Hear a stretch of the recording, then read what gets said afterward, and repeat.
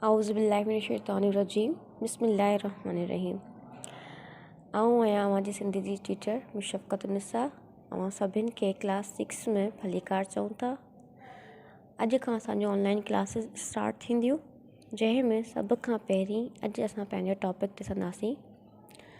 सबक़ number 14 हारी सफ़ो number 27। इन जे बारे में असां पढ़ंदासीं। तव्हां पंहिंजी बुक जो सफ़ो नंबर 27 खोलींदा, पंहिंजी बुक खे ॾिसंदा। उनखां बाद में हेठि ॾिसो नंबर पहिरीं लाइन, ॿारो बच्चो ही क़िस्मे क़िस्मे अन्न जेके खाधे लाए कम अचन था, ये किस्मों किस्मों के अनाज जो खाने के लिए काम आते हैं। ऐं कपन जंहिं मां कपिड़ो तैयार थिए थो, और कपास जिसमें से कपड़ा तैयार किया जाता है। ख़बर अथव? क्या आप जानते हैं? त असां लाइ उहे सभु केर थो उपाए? इहो आला ऐं मेहनती इंसान हारी आहे। क्या आप जानते हैं कि ये हमारे लिए कौन सब तैयार करता है? वो आला इंसान और मेहनती हारी है। हारी सुबुह जो सवेर उथी बनी ते हलियो वेंदो आहे। किसान सुबह सवेरे उठकर ज़मीनों पर चला जाता है।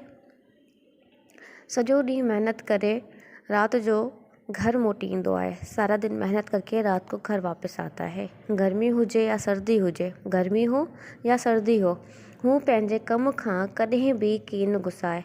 वो अपने काम से कभी भी नहीं घबराता।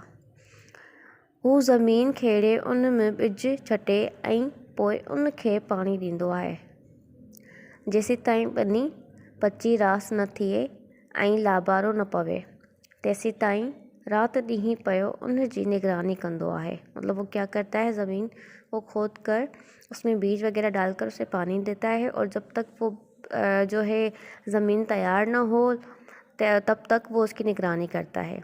इन लाइ मथां डोर कहते हैं ढगे को, ठीक है। ढोर ढगो या पखी पखड़ या परिंदा वगैरह को ज़ियान करे, मतलब कोई वहाँ पे नुक़सान न करे। फसल लहण खां पोइ त उहो अहिड़ियूं ख़ुशियूं कंदो आहे ॼण त ईद थी अथसि। जब फसल बनकर तैयार होती है तो वो उसके बाद इतनी खुशियाँ मनाता है जैसे कि उसके लिए कोई ईद हो।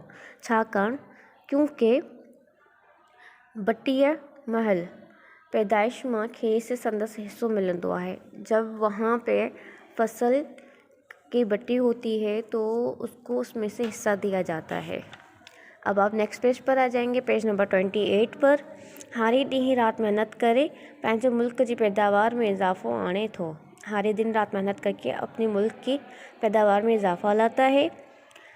उन्हीं हूंदे बि हू सादो खाईंदो ऐं पहिरींदो आहे। इसी के बावजूद भी वो सादा खाता और सादा पहनता है। हारी हिकु अज़ीम इंसान आहे। मेहनत करण त को हुन खां सीखे, मतलब मेहनत करना जो है को हारी से ही, किसान से ही सीखे। असांखे संदसि ज़िंदगी मां ॿियनि जी खिदमत करण जो सबक पिराइणु घुरिजे। हमें उसकी ज़िंदगी में से दूसरों की खिदमत करने का सबक हासिल करना चाहिए। उम्मीद तव्हांखे अॼो को टॉपिक समझ में आयो हूंदो। उम्मीद है कि आपको आज का लेसन समझ में आया होगा। बेटा इसके साथ आपको जो काम दिया गया है होमवर्क शेड्यूल्स में, वीकली शेड्यूल्स जो आपको दिए गए हैं, आप उसमें से उसकी कॉपी में वो उतारेंगे, कॉपी में वो कम कंदा ऐं हुनखे यादि करण जी कोशिशि कंदा। इंशाल्लाह असां नेक्स्ट क्लास में मिलंदासीं। पंहिंजो ख़्यालु रखिजो। ओके।